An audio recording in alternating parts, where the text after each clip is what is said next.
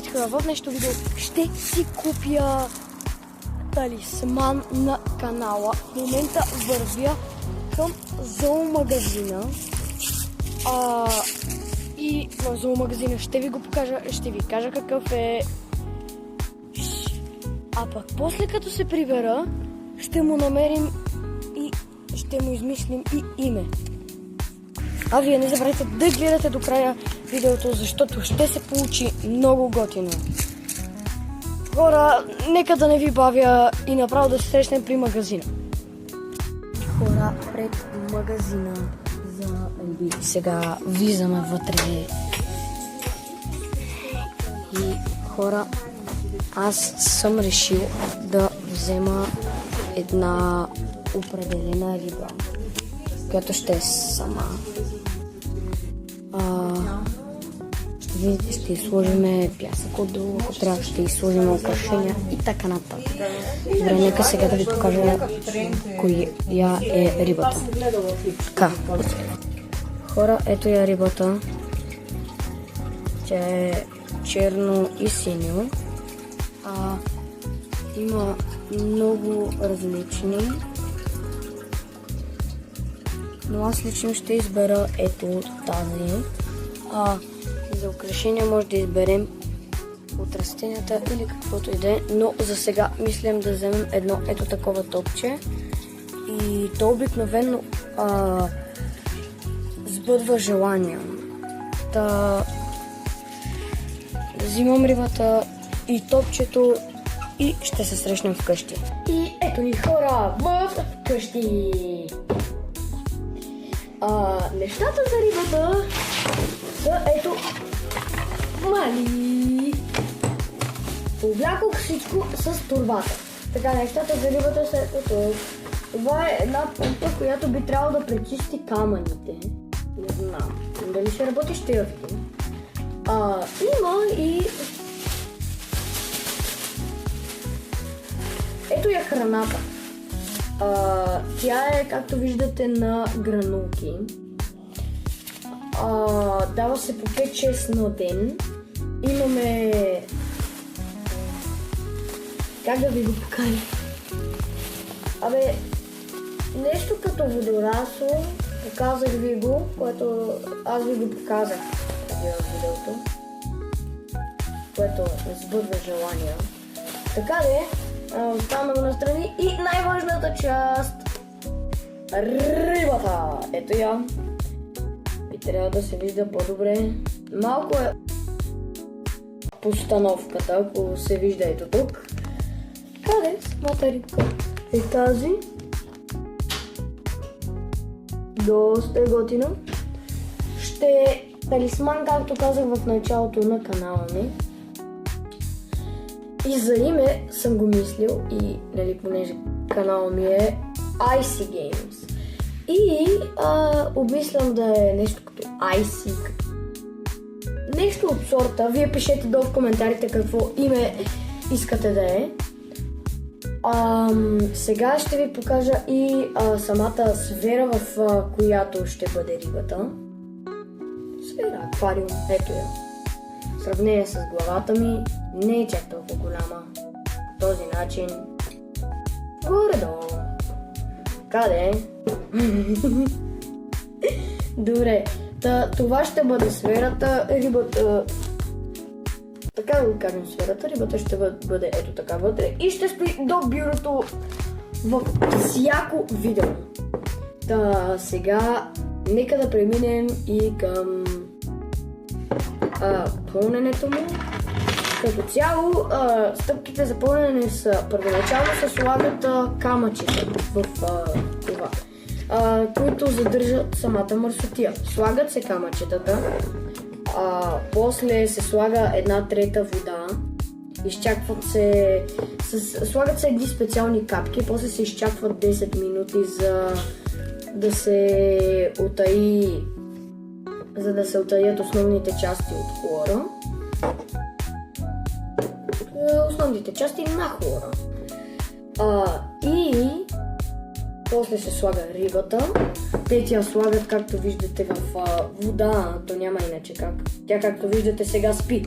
Полегнала си е.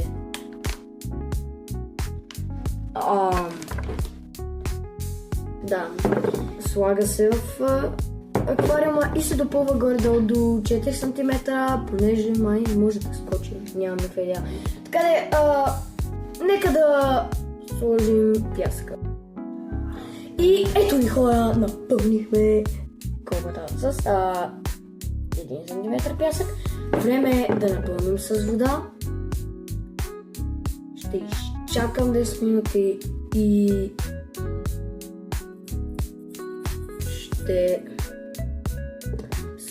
ще се върна, когато почваме да слагаме самата риба и допълваме водата.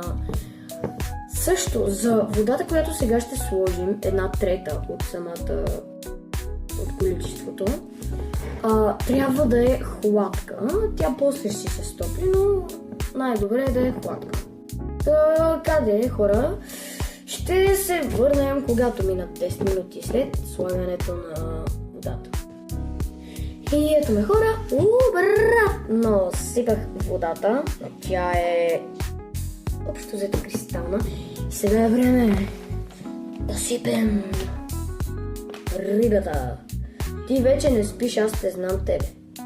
Така.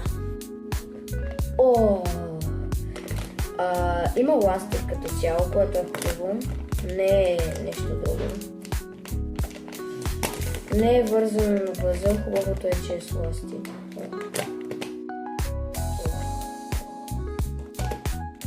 Готово? Готово! Сега е време да я изсипем супер дупер внимателно.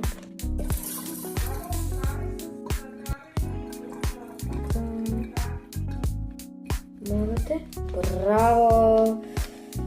Браво на нас! Сега само по този начин по този начин оправяме кабачетата. Да. Добре. И сега до 4 см ще досипем, само че вадим линията.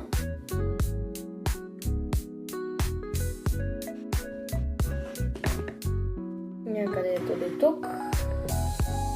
Ето до тук някъде. Допълваме.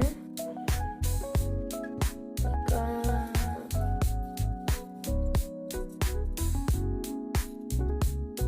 Ето. По този начин. Това би трябвало да са 4 см, да? Окей.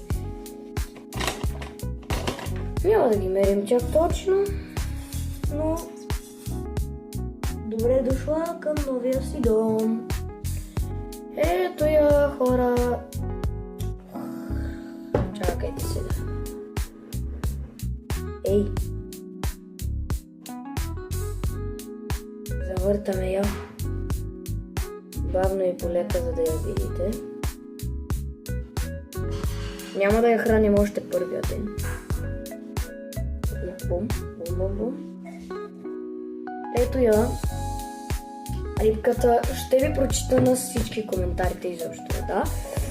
Да вие пишете със сигурност какво име бихте я кръстили. И ще видим много готина и ще тук на бюрото ми всеки път, пак казвам, когато правя видео. Ето ви и да ви покажа. Тук имам малко неща, но рибата ще е ето тук. Всеки път. Виждате, тук ми е бюрото, малко е свърнало. Така де, това беше от мен за днешното видео. А вие не забравяйте да се абонирате с камбанката, за да получавате известия, когато качвам нови видеоклип. А от мен, чао! Хора, помислихте си, че видеото приключва? Не! Ако не сте забравили, имаме още едно нещо да добавим. Точно така. Това е хращето. Оставих го за края Да видя... Хванахте ли се? Добре, нека да го оставим вътре. Добре, сложено е, ето го. Доста голямо изглежда спрямо аквариума, но отгоре като се погледне има поне място. Така де, хора, вече наистина абонирайте се за канала, лайквайте, а от мен чао!